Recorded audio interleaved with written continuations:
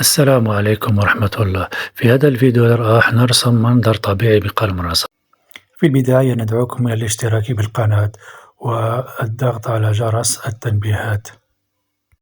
في البداية نقوم برسم شكل معين ونقسمه إلى قسمين، ثم نبدأ برسم قرص الشمس وهو عبارة عن دائرة صغيرة، وبعدها نرسم السحب بهذا الشكل.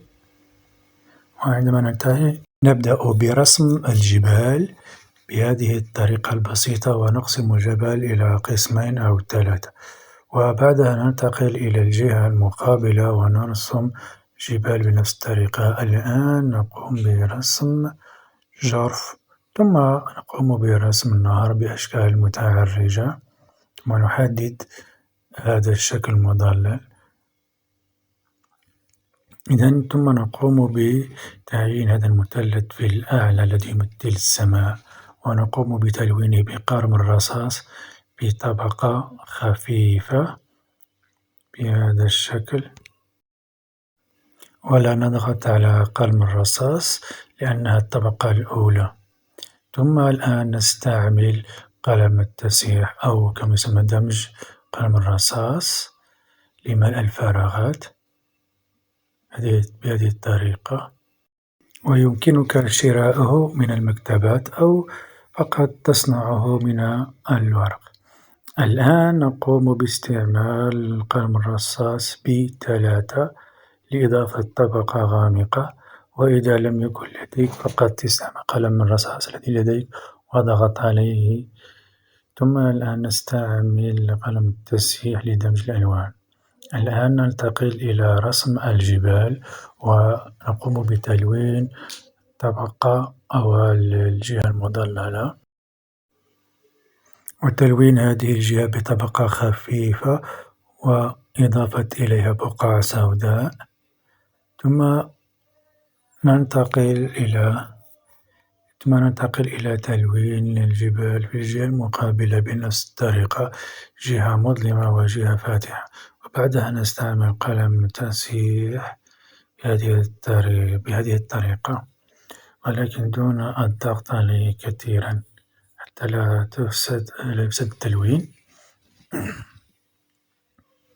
الآن نستعمل قلم الرصاص ب3 لإضافة درجة غامقة إلى الجبال أو إلى الجهة المظلمة من الجبال بهذه الطريقة.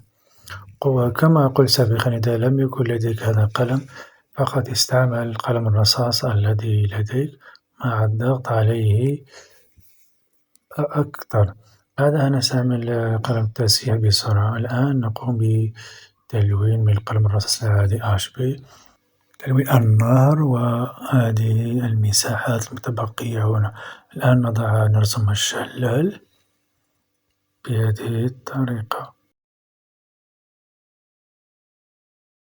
الآن نضع طبقة خفيفة بقلم الرصاص هي التي تمثل الجهة المظلمة من الشلال.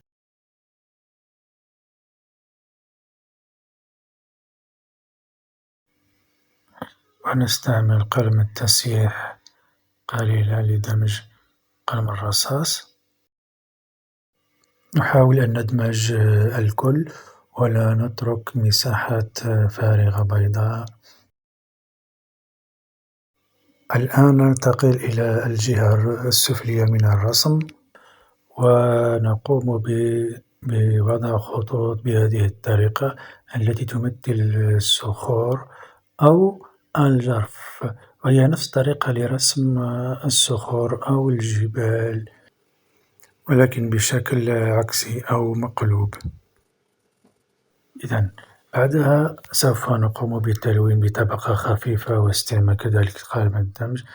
الآن نضع طبقة غامقة باستعمال قلم الرصاص ب3 حتى يكون لديها حجم وتكون بشكل أجمل.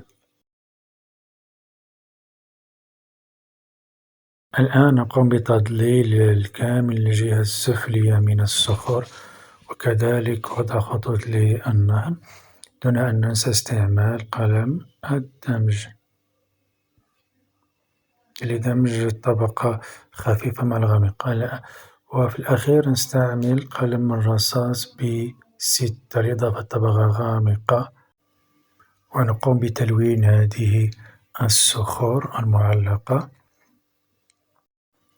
الآن نمحي في النهر الطبقة العلوية لتكون طبقة أفتح، بعدها نقوم برسم خطوط في السماء لتكون أجمل بهذه الطريقة. وهذا هو الشكل النهائي للرسم. أتمنى أن يعجبكم الرسم والفيديو، ولا تنسوا الاشتراك بالقناة والإعجاب بالفيديو وترك تعليق محفز لنا، وإلى الملتقى والسلام عليكم.